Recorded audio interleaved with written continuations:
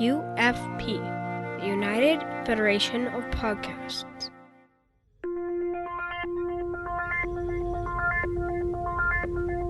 Engage. 78 years have passed since the days of the original USS Enterprise. Now a new Galaxy starship has been designed.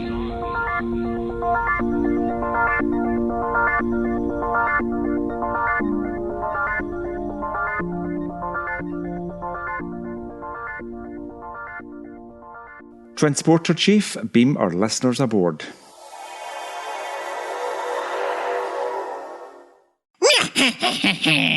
Welcome to our haunted starship Galaxy class, a Star Trek The Next Generation podcast on the United Federation of Podcast Network. I am Joe Keegan, an evil witch, and with me today is the landlord of the poisoned poutine, Kevin Scharf. Oh, I'll get you, my pretties. And also with me today is Ria Papageorgiou of the Enchanted Moussaka. Hello? Are you hungry? Have some moussaka. Happy Halloween, everyone. Boo. Happy Halloween. We're kind of crazy, aren't we? Crazy and fun. Nope, totally sane. Totally sane. I think 2020 might have turned us slightly crazy, but that's fine. I love 2020. I have 2020 vision. I do not. Neither do I. Okay. Where are my glasses? Oh dear.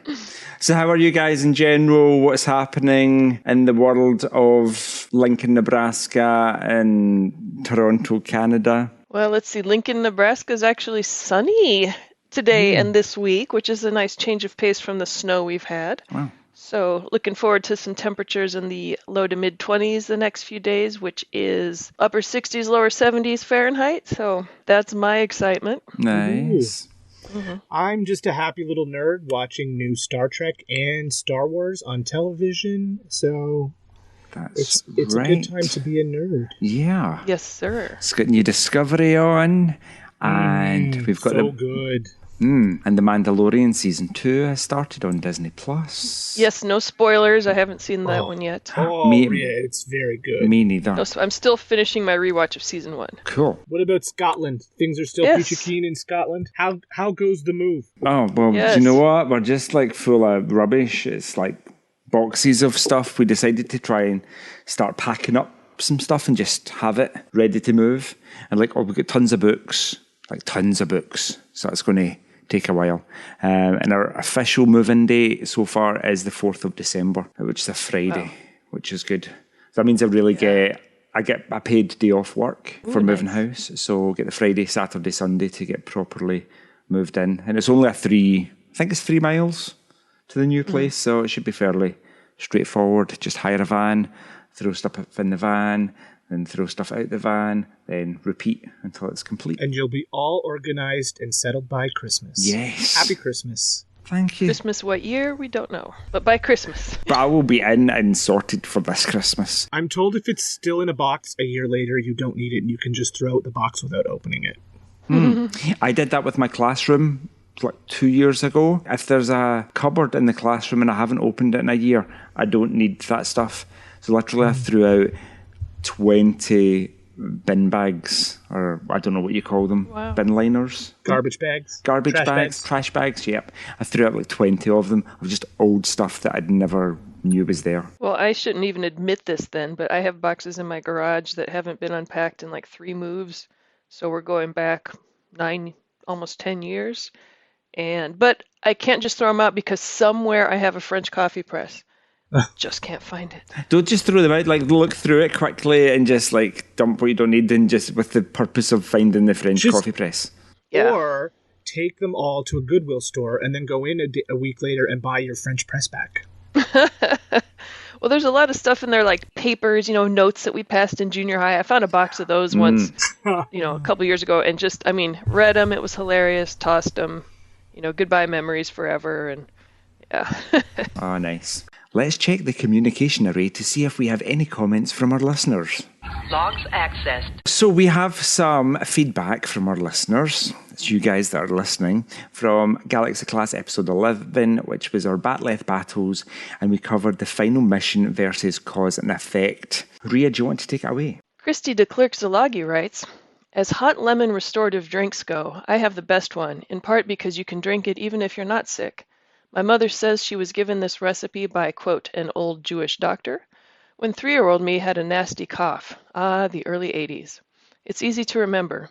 Equal parts honey, lemon juice, and whiskey, we use Southern Comfort. Then warm it up enough so that it's hot, but not so long that you burn off the alcohol. I've never added ginger, but I'll be doing that the next time I make it. Well, Chrissie, I will be doing that this evening, so thank you for the recipe. It sounds lovely. I need to go. I need to go and buy some whiskey, I think. I don't really like whiskey as a rule. I know it's weird being from Scotland, not liking whiskey. I suppose sometimes I'll have a Jack Daniels and Coke is the closest I get to whiskey. But I wonder if, I know it says equal parts honey, lemon and whiskey. I wonder if you add water to it, make it more like a drink, or is it just those 3 ingredients? I mean, you can make it however you'd like. We need more details, Chrissie, please. Please send us a detailed recipe. Maybe a YouTube video kind of thing. Sounds good. We got a lovely comment from Michael Bentley, who says, thanks so much for reading my whole comment. I thought it was too long and wouldn't have blamed you for drastically cutting it, but it was heartfelt and you read it beautifully, Amy. She'd appreciate that if she was here, but she's not. We banished her this week. Yeah. I too like cause and effect more. The scenes between Wesley and Picard in Final Mission are very moving, but the later episode is so fascinating and brilliantly directed by Frakes. I agree with Amy about the creepiness of the glass repeatedly smashing. That last time, smash, pause, I'm fine, gives me shivers. For me, Nick Tate, who played Durgo, had his finest hour in DS9's Honor Among Thieves. His performance as Bilby made him someone who on the face of it was a villain, heartbreakingly human and sympathetic. He loved his family and his gorgeous cat Chester, who at the end was adopted by the O'Briens. It's a shame that Durgo was a much less rounded character, and in fact I never realized until recently that he was the same actor. 2 great episodes discussed, all the same. I would have loved to see a Captain Savick in the 24th century, and, oh, Wesley, I envy you. You're just at the beginning of the adventure. I sympathize with that quote 100%. That's maybe more to the viewers as well, isn't it? That the viewers are along for the ride as well. Thanks for your comment, Michael.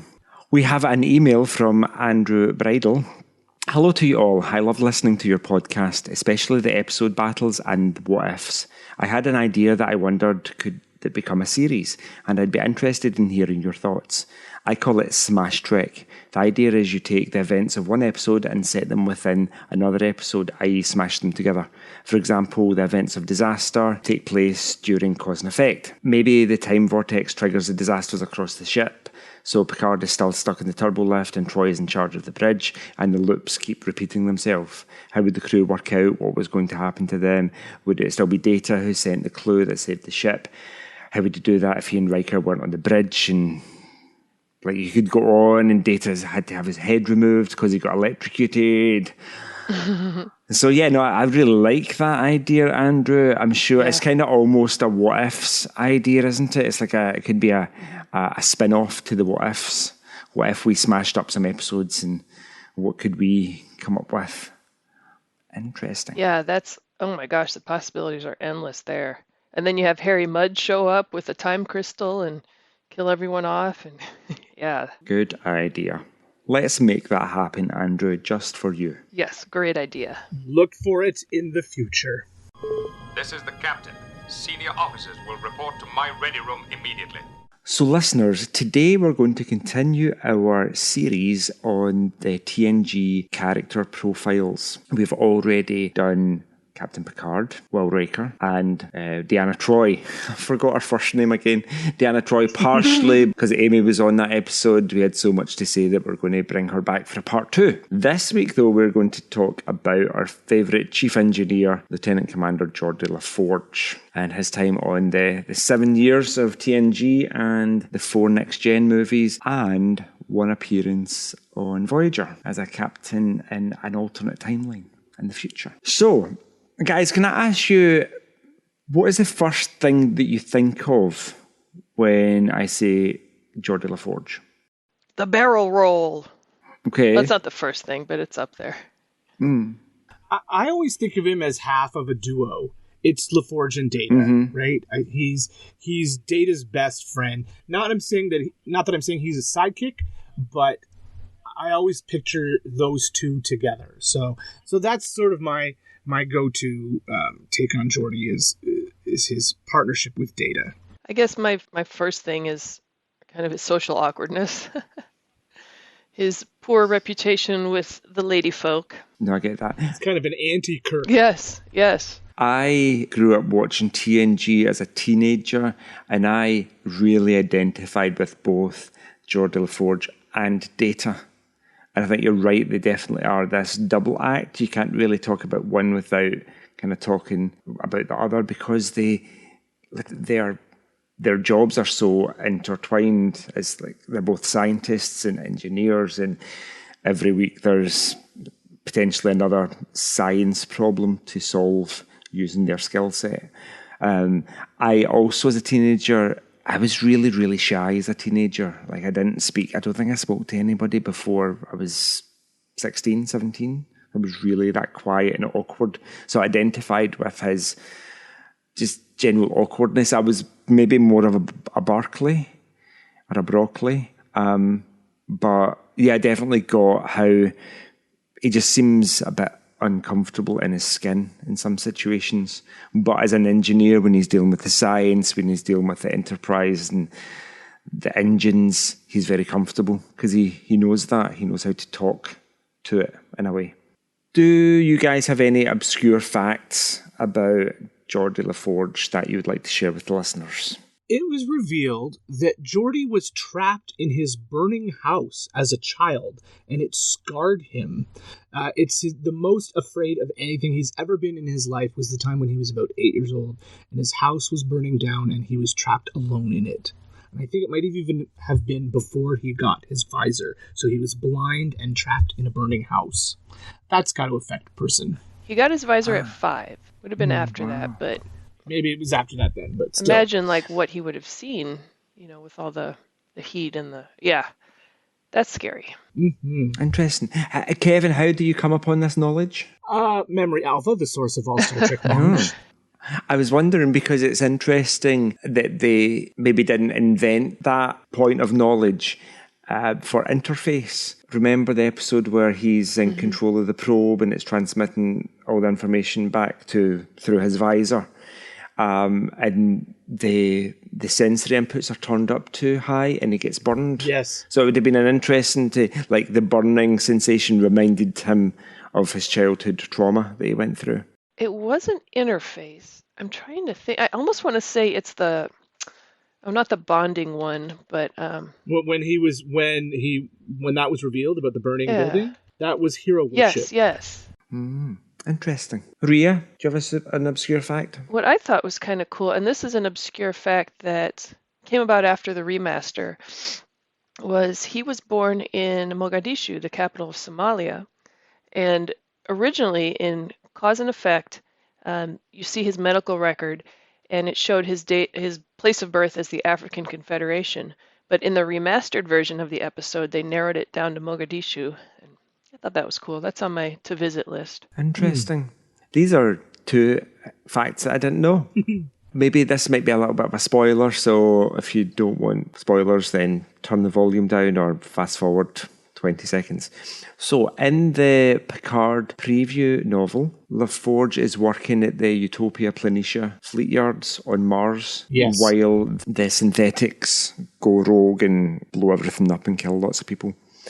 And I don't think it's ever confirmed that he survived. I read the Picard preview comics, the Picard Countdown, and he was in that too. They showed him on Mars in that as well, and I think it was assumed that he did survive. The Picard preview comics were set before the Picard preview novel, no? I don't know, I haven't read the novel. I think so. I'm a bad fan. I listened to the audiobook and I don't recall. Obviously you're wondering all the time where Geordi is. Did he survive? Did he get out?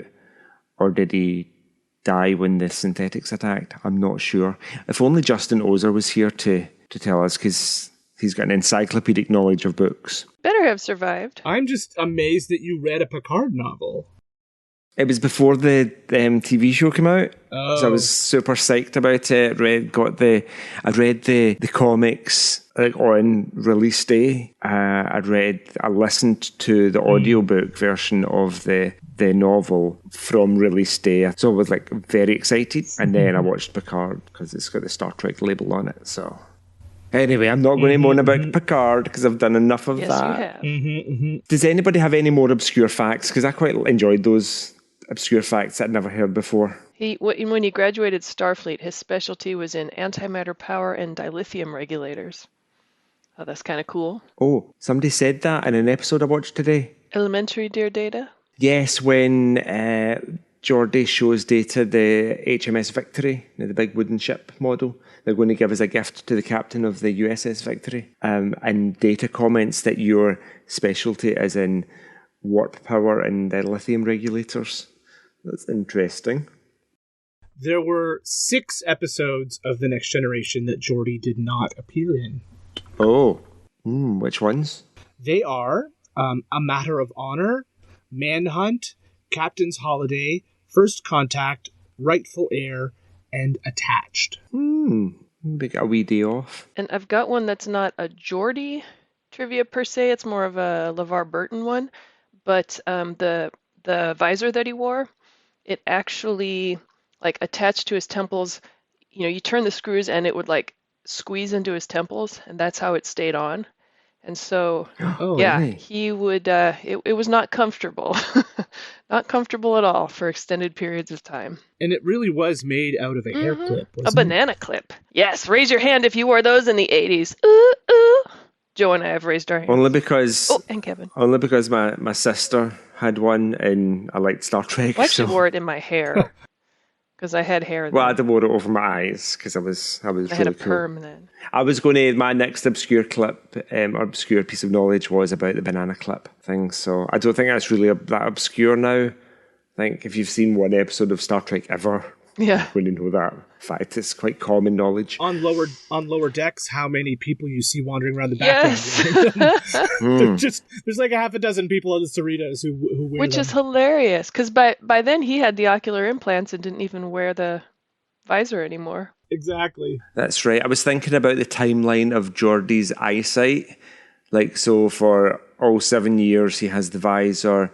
Then Generations, he has the visor. First Contact, he's got his new ocular implants. He's got them in Insurrection. Then at the end of Insurrection, he's got real eyes because of the field on the Baku planet. Regenerates his optic nerve. But then when it comes to Nemesis, he's got his ocular implants back. So you imagine that the magical regeneration field around the Baku planet, it only lasted so long. Or maybe he just wasn't there long enough for it to have a permanent effect, possibly. Too bad, because he has the most beautiful eyes. LeVar Burton. Does, yes. Here's one more obscure fact. He shuttled Captain Picard before they were both assigned to the Enterprise, and Picard was impressed by him, but made some offhand comment about the sound of the engines, and Geordi stayed up all night that night and fixed the engines to make them perfect, and that was when Picard knew he needed Geordi on his crew. And I think I knew that one. I did know that. That's but it's still a good obscure fact. Okay, let's move on. So, Kevin, you've just reminded us that we see Geordi LaForge in 173 episodes and the 4 movies and the 1 Voyager episode. Mm-hmm. Let's talk about his career, his highlights and his crowning achievements. What do we think about them? Kevin, yeah. Good question. That is a very good question. Well, he got promoted very, very quickly, right? When we first see him in the first year of Next Generation, he's just flying the ship and he's a junior grade lieutenant. By year 2, he's a full lieutenant and now in charge of engineering. And by year 3, he's a lieutenant commander. So he got promoted very, very quickly. I think he shows his skill and prowess very well, and that Captain Picard sees how dedicated an officer he is. You know, if you give LaForge an engineering problem, he will solve it as, you know, almost as quick as Data could. Yeah, he's got that creative ability to come up with interesting solutions. Mm-hmm. It's interesting because obviously we got the little nod to Montgomery Scott in the first season of Next Gen with Lieutenant Commander Argyle, which is the next most Scottish name, isn't it? So yeah, he was the chief engineer for, I think, most of the first season. There was a woman, too, in a couple of episodes. I can't remember what her name was, but they seem to go through a lot of engineers in the first year. When I was watching the episodes today, I wondered about that process. Like, where did Argyle go? Did he get a captaincy of another smaller ship? What he did was the actor irked the writers. The story I heard was that the actor, and I don't know his name, was sending like basically fake fan mail saying to keep Argyle on, that Argyle was great, Argyle was the best, and ended up getting discovered, and so no more Argyle. That's funny. Wow. Geordi kept the ship together. I think his biggest achievement was, as an actor, was able to say all the technical babble that he got given. And I always kind of jumped out at me that he was given some really, really tricky lines to say. All those years of reading Rainbow came in handy. The Reading Rainbow was never a thing over here, so the only reason I know about Reading Rainbow is because he was in Star Trek, or LeVar Burton was in Star Trek. But there's loads of examples that jump out. Like in the Turbo Lift, Best of Both Worlds Part 1, Geordi and Riker are talking and about Shelby. And he says, she's a formidable presence to say the least. There's lots of little lines like that, and I don't know if it's just the way he says it or if it's a particularly challenging line to say. But it doesn't roll off the tongue naturally. So, and then all the other technobabble.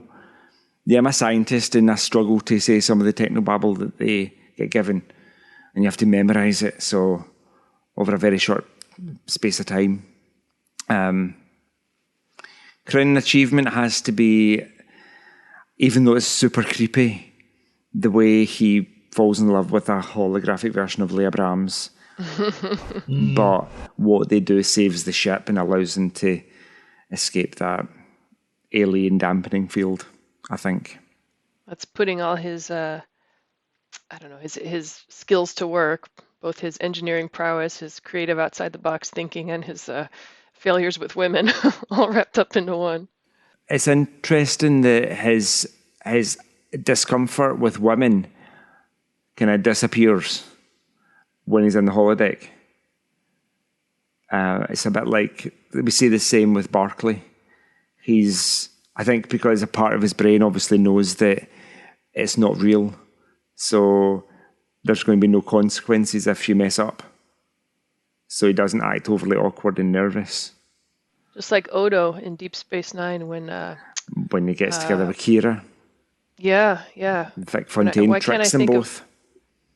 I think it's very easy for the role of the chief engineer to fall into that sort of, I'm a tech nerd kind of characterization. And Geordi never does that.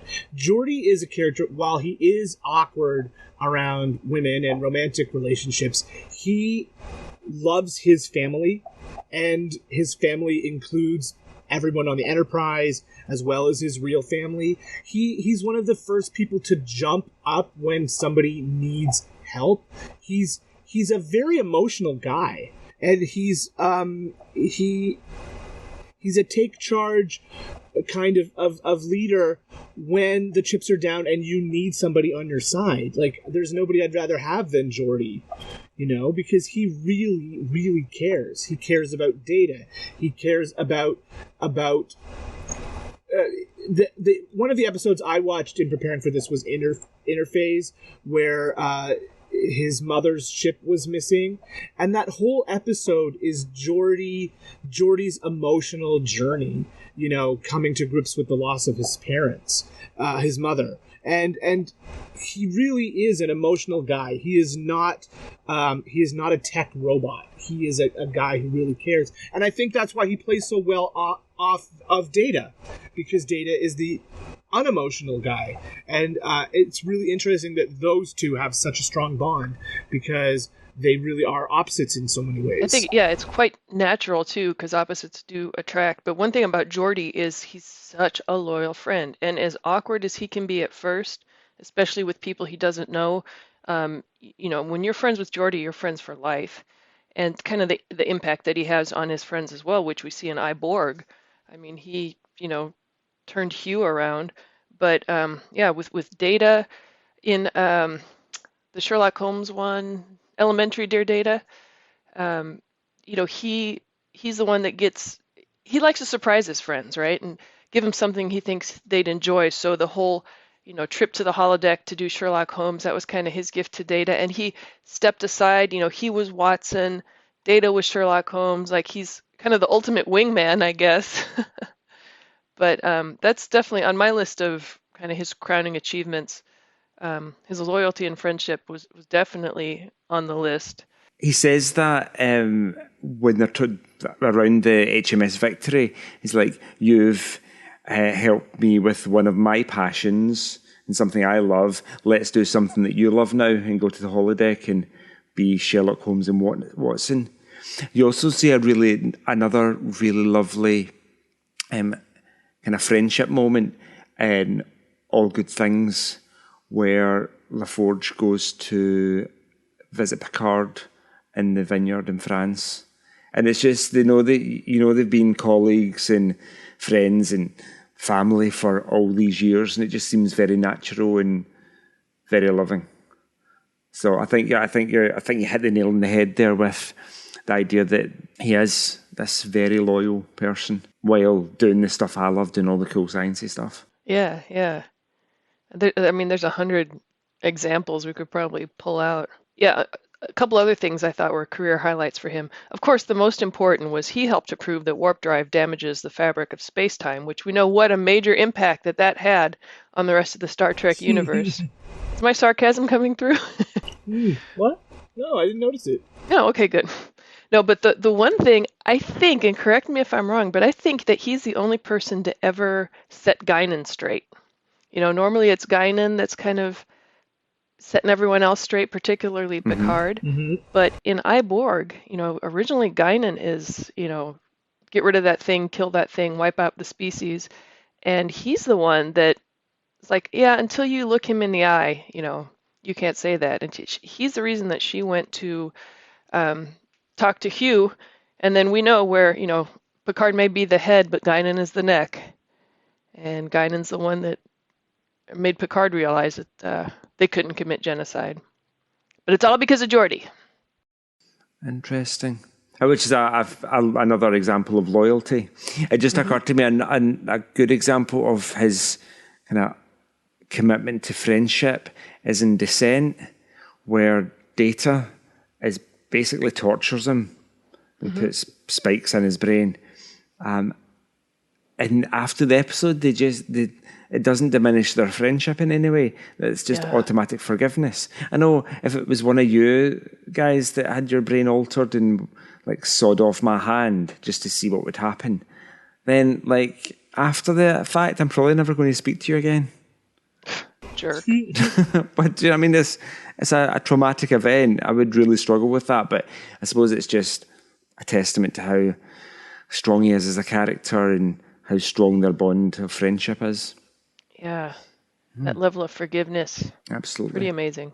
Yeah, true. I really like a line that he uses in Masterpiece Society. Now they're all genetically perfect, and their careers are all laid out for them. They're born with a purpose, and they don't have the technological ability to save themselves from the stellar core fragment, which is going to destroy their society. Geordi, he throws a bit of shade at their chief scientist woman who he becomes friends with and says something like, oh, you needed a blind guy to fix your problem who would never have existed in your society. Mm-hmm. So my imperfect civilization that keeps blind people or people with disabilities around, they can be really good contributors to society and effective human beings and work as if there was nothing wrong with them in the first place. They would never have had that.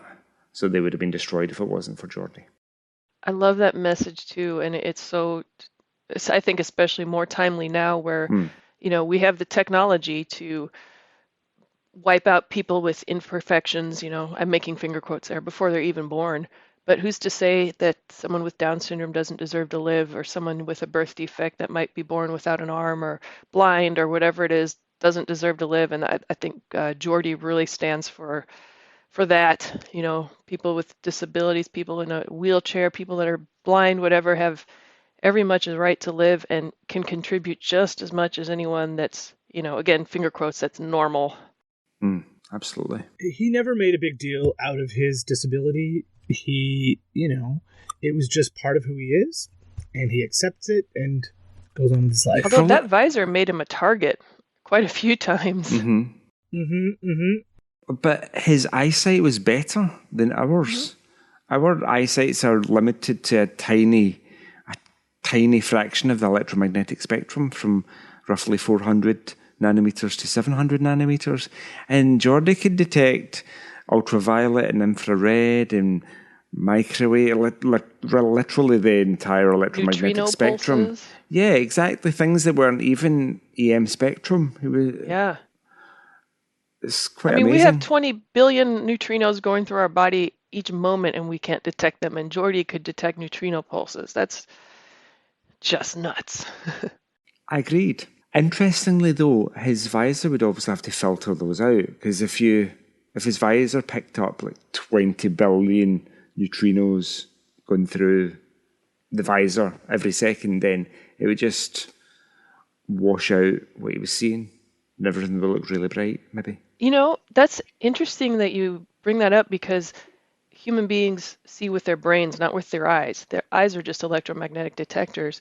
And so this is a topic I get really interested in, so sorry about the tangent, but if you look at optical illusions, they're not really illusions. It just kind of takes advantage of the way our perceptual system works.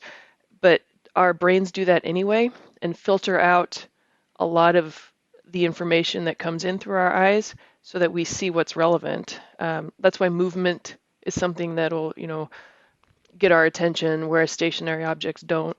So I think, and yeah, maybe there is a neutrino filter, but Geordi's brain sees based on the information coming in from the visor, and his brain, just the way our brains work, which is so magnificent, would just naturally filter out the irrelevant information or set it aside.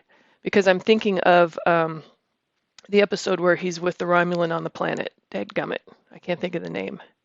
And that's the one where Wesley comes to the rescue and creates that neutrino pulse, and that's what Geordi detects.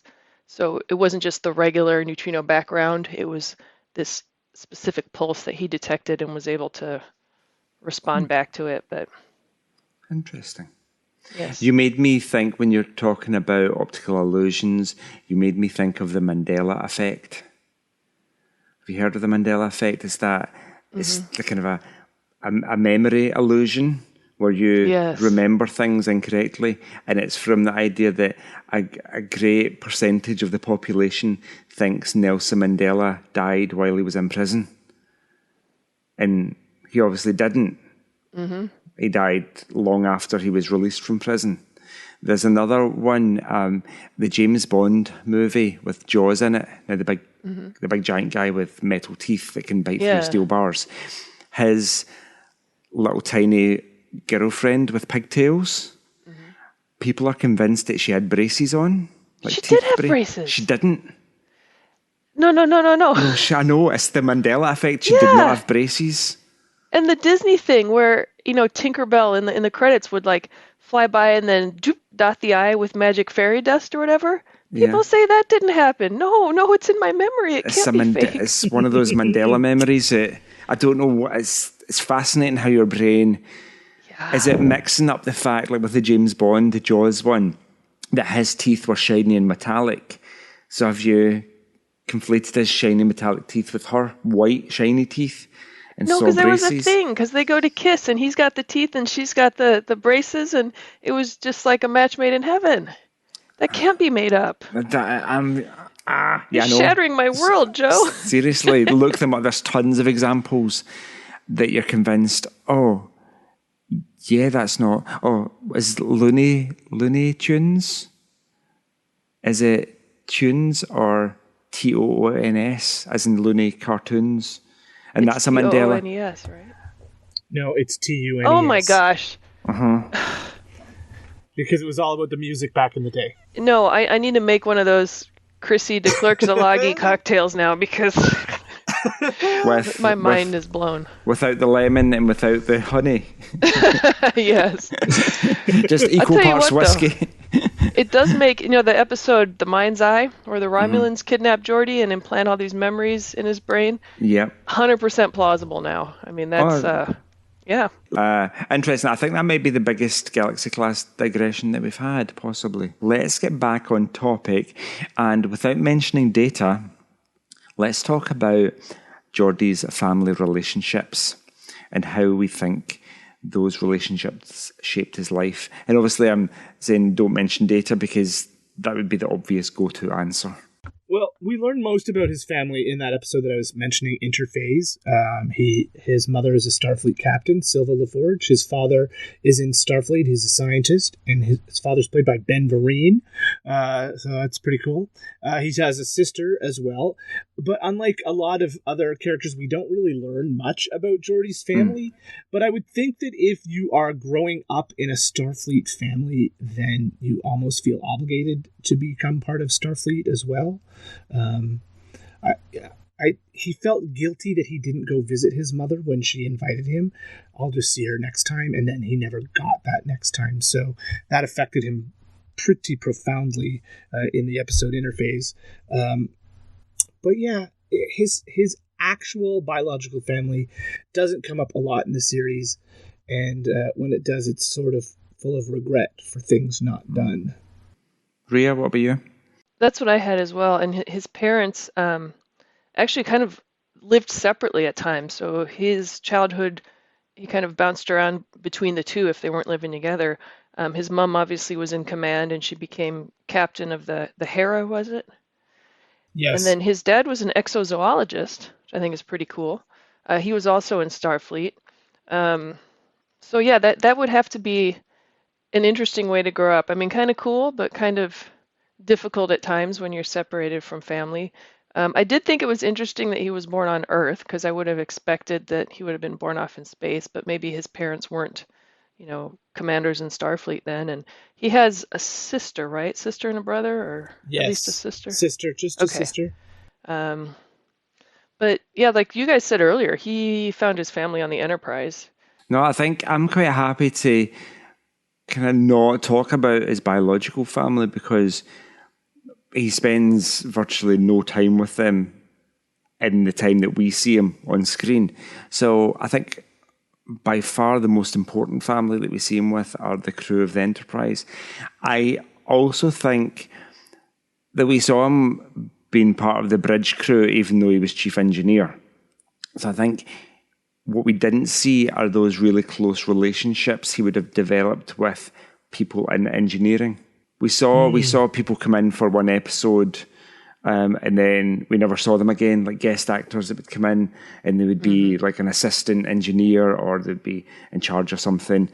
But in terms of engineering, we only really saw him work with Wesley, while Wesley was on board, and Data. And Leah Brahms. Again, she was in 2 episodes.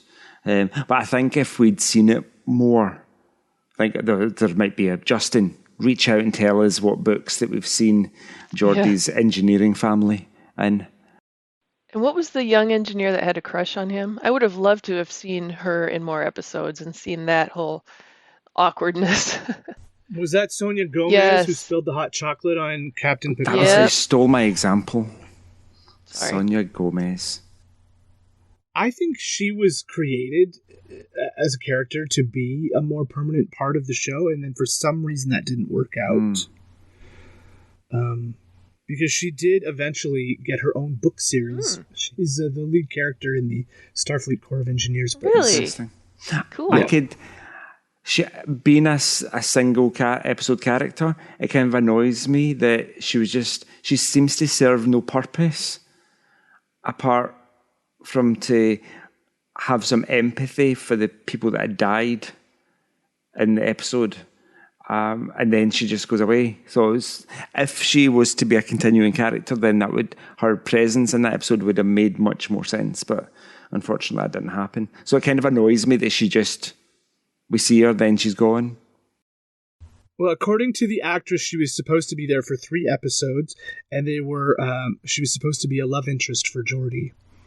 And they just didn't, the powers that be just didn't feel like the connection was made. She actually did make 2 appearances. She was in 2 episodes, and she just never came back again. Interesting. I stand corrected on the one appearance thing. I think, Kevin, you maybe alluded to this next question about Geordi's regrets when talks about not going to visit his mother when she invited him. Are there any other regrets? I watched a bunch of episodes today and through the week, and I can't think of any obvious regrets that he might have through his entire life. Obviously, maybe not stopping Ensign Kim and Commander Chakotay successfully. Maybe in the Voyager episode Timeless. Maybe letting Leah Brahms find out that he had made a hologram of her. Well, actually, at the very end of that episode, one or both of them says, "Oh, I wouldn't have done anything differently," which, don't get me started. Yeah, it's super creepy, and then she finds out, and it's really awkward. Yeah, I think I could see, if holodecks were real, I could see me potentially falling in love with a holodeck character that's designed specifically for me and my likes. But if that holodeck character is based on a real person, it's just a bit stalkerish, isn't it? And then for that real person to find out, it's just 10 times worse. And it's not the real person who should be apologizing. It's the other way around. But yeah. But I like the fact that they reconcile their differences and essentially become friends at the end of the episode, don't they? It's left in a positive way. I like to think that they just didn't show the scenes where Geordi's apologizing profusely because, again, don't get me started on that. That episode was actually on TV just a couple nights ago, and I didn't watch it because that just pains me so much. But yeah, regret-wise for Geordi, aside from not visiting his mom, the only other one I can think of is in Relics, and I think the way he treated Scotty for most of the episode, I think he regrets a little and tries to make up for it. But with someone like Geordi, I think most of the time he treats people with respect. I mean, most of the time he tries to be. He's such a good friend, he's always willing to sacrifice himself for his friends and his family on the starship. So I think when you live life that way, it kind of reduces the number of regrets that you have. But maybe he should have done a little better visiting his biological family and let that be a lesson to all of us, because we never know when we're only a starship accident away. True.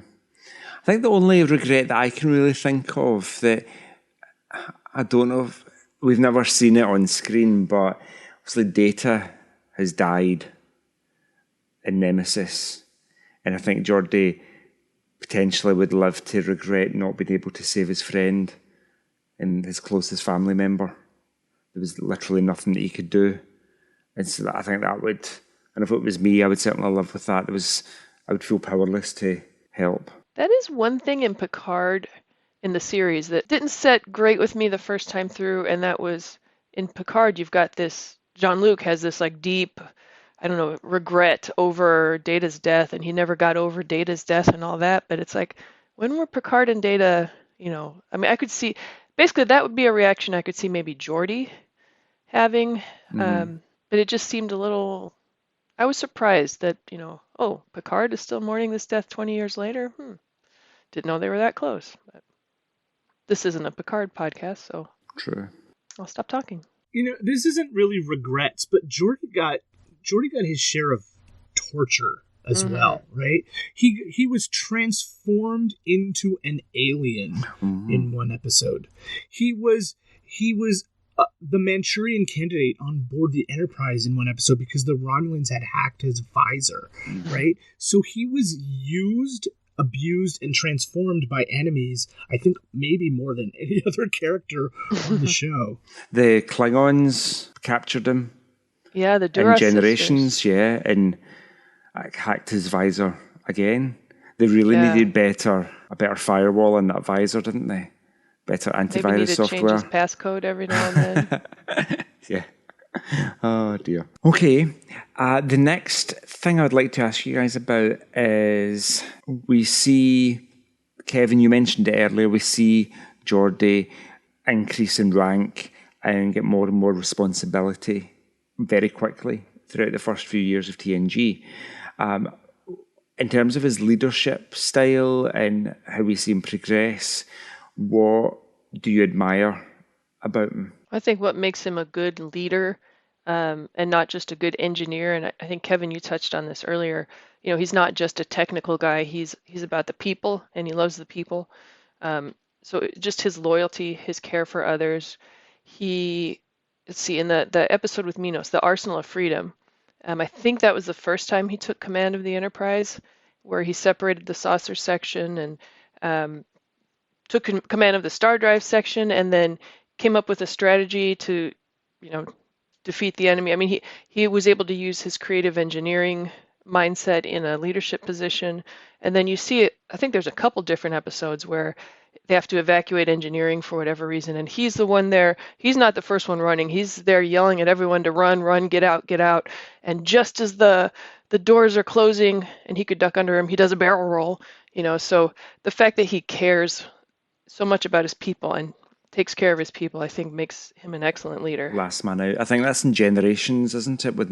There's a couple. There's an episode or two too, but yeah. Kevin? Yeah, I think he just seems to be a pleasant person to be around, and I think I would be happy to be on his crew. He really does care about the people on his team too. He even sees the value in people like Barclay, right? Like Geordi is a Barclay supporter in time, and so he really wants to get the best out of his people. So I think he would be a great person to be my boss. Yeah, I think you're right. I think there's a really good example that I like about the way he brings people together and uses his entire team to the best effect. And I can't remember the name of the episode, but they're going through the periodic table, it's not the periodic table. They're looking for elements and compounds that might be affecting the ship. And they're all standing around the main engineering console. Wesley's there, Barclay's there, LaForge's there, and there's some other guy, and they're all kind of spitballing ideas about what might be causing the problems on board. And I think that's a leadership skill where when it comes down to it, you use the skills around you to get the result that you want. I think you're right about he's friendly. He's got an easygoing attitude, but he knows what needs to be done and he expects the best. And he's fair as well. Mm-hmm. Yeah, and that's something he grew into too. His people skills definitely improved over the course of the series, which makes him a lot more real, I think. Oh, absolutely. Okay, do we have any favourite moments or quotes for Geordi LaForge? I love when he gets excited. I can't think of a specific moment off the top of my head, but when he gets excited because they figured something out, he just gets this woohoo kind of excitement, and those are the Geordi moments that I love. That the oh my god, we figured it out kind of moment.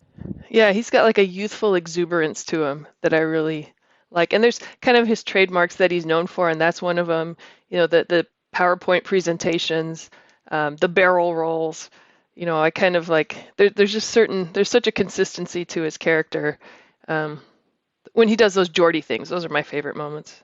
I had mentioned it earlier in the Masterpiece Society. Geordi's talking to Hannah, and Geordi says, who gave them the right to decide whether or not I should be here, whether or not I might have something to contribute, about his blindness and how he would not have existed in that Masterpiece Society. He's just an amazing guy. A fun, amazing, smart person that I would want to be around. Mm-hmm. Heck yeah.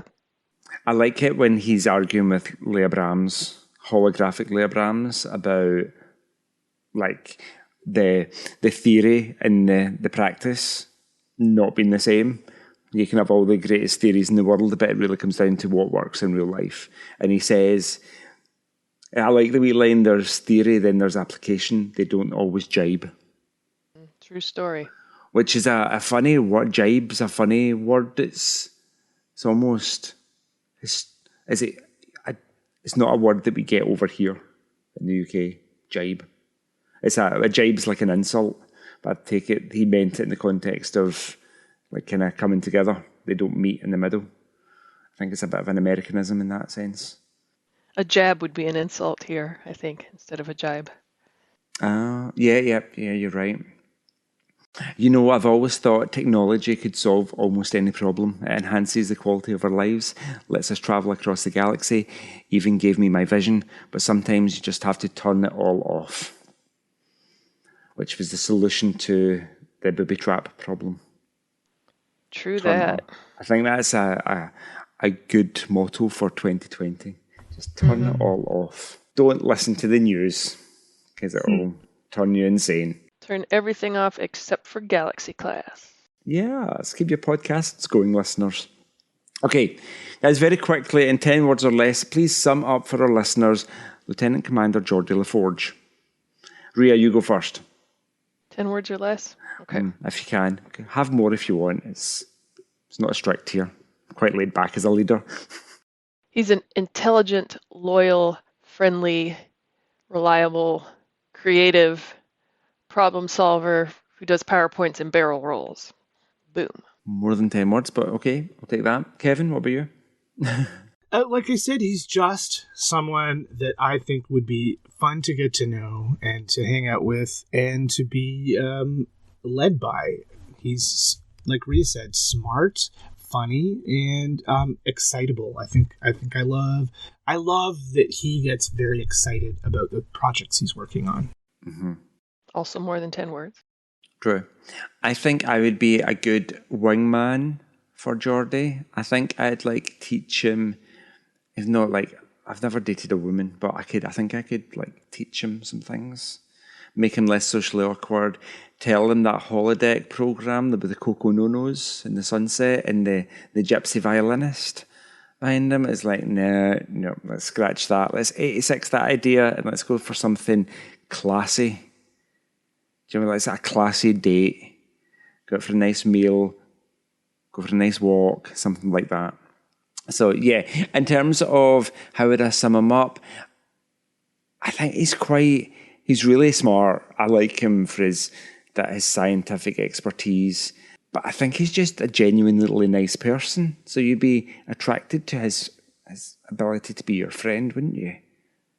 I think that's what I like about him. I don't think there's anything to dislike about him. Way more than 10 words. Oh, I didn't stick to my own rule.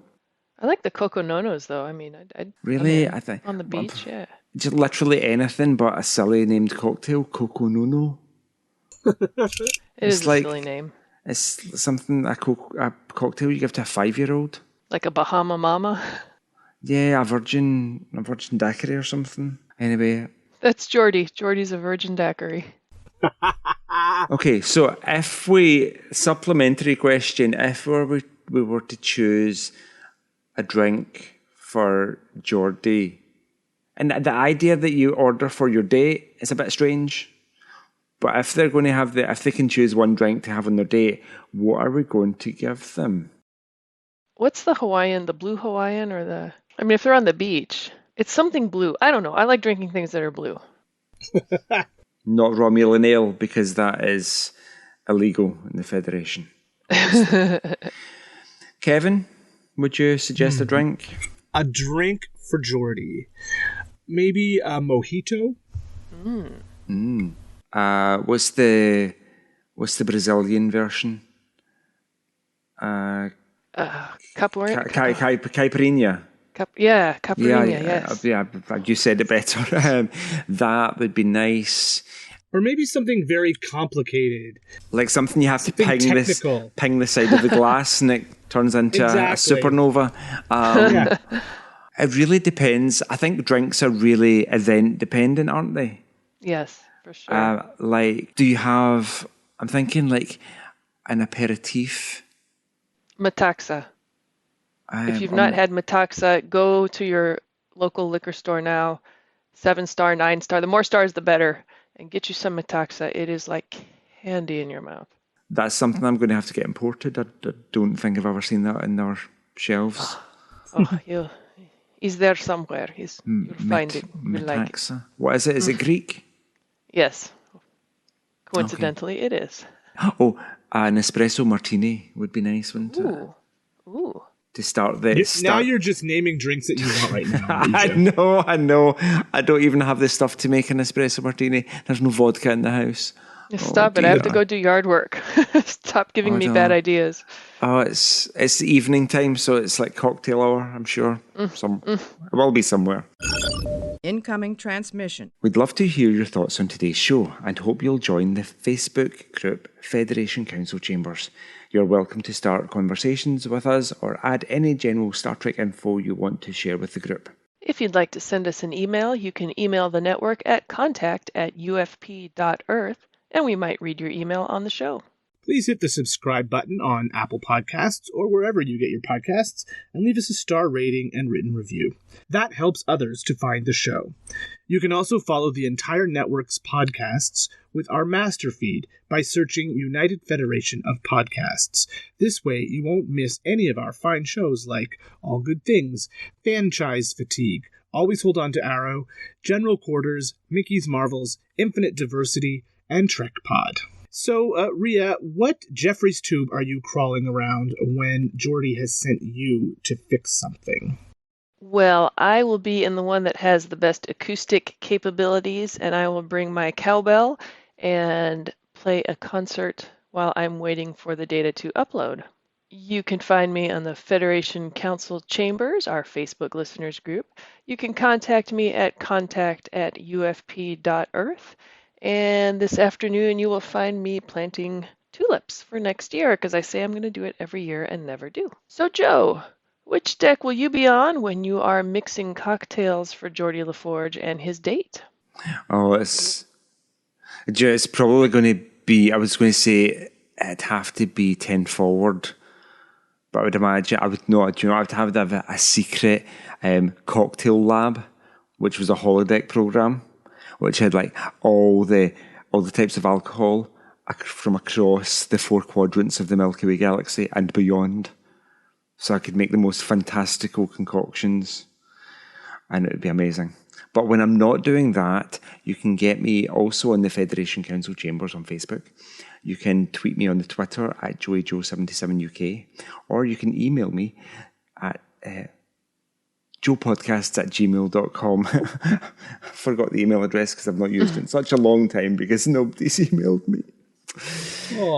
I emailed him months ago and he never responded. Because it was filtered for Ria. She goes straight to the junk. It was all Greek to him. Indeed, yes. Kevin, where are you taking your next date on board the ship? I thought we'd go and listen to the hum of the warp core and see how it compares to other starships. But when I'm not doing that, you can find me on a couple of other podcasts, Stage Whispers, the show about local theater in Central Ontario, and True North Nerds, my general nerd podcast. You can find me on Twitter at True North Nerds and on Facebook at the Federation Council Chambers. Ria, same question to you. Where are you taking a date on board? Date, eh? Do I have to, or can I just go alone? Oh, I'm still in my loving being single phase. I'll come with you. We'll have a date. Okay. A friend date. You want to like go to the beach on the holodeck and sip some cocktails that you concoct? Oh yeah, not Coco No-Nos though. Do you know what? We'll start. Kevin, you come to. We'll have a friend date, a platonic date, a 3-way date, friend date, platonic. Okay, that'll be fun. We'll start off in the holodeck at my cocktail lab, yeah, and then we'll change the program and do some suborbital flying, like just because we can, because it's a holodeck and we can fly around like Superman. That'd be cool. And then I would probably replicate a giant kind of transparent tent with some of those magnetic boots on the bottom, and then transport it out to like the rear section of the ship in between the warp nacelles, and just for that really nice view. It would be a nice view. Yeah, and then we can play some sports on in the main shuttle bay, which we never got to see because it's gigantic, and that'd be a perfect date. So yeah, cool. Priority 1 message from Starfleet coming in on secured channel. If you would like to help us keep all our shows coming to you each week, you can become a patron of the network on Patreon. Visit patreon.com/UFPEarth. That's patreon.com/UFPEARTH to get all the details. We have 4 different levels starting at just $1 per month, and we would appreciate any support you can give us. We would like to recognize our executive producers, Brandon Shea Mutala, Ken Tripp, Zach Moore, and Tony Robinson.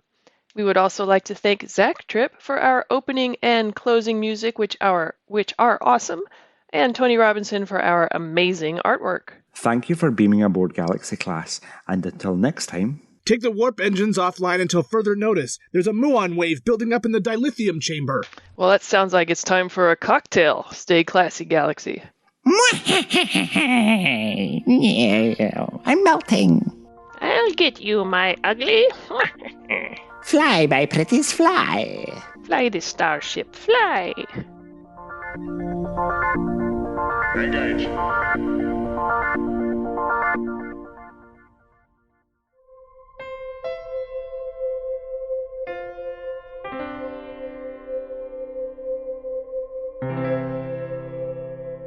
This has been a production of MTMR Media Works.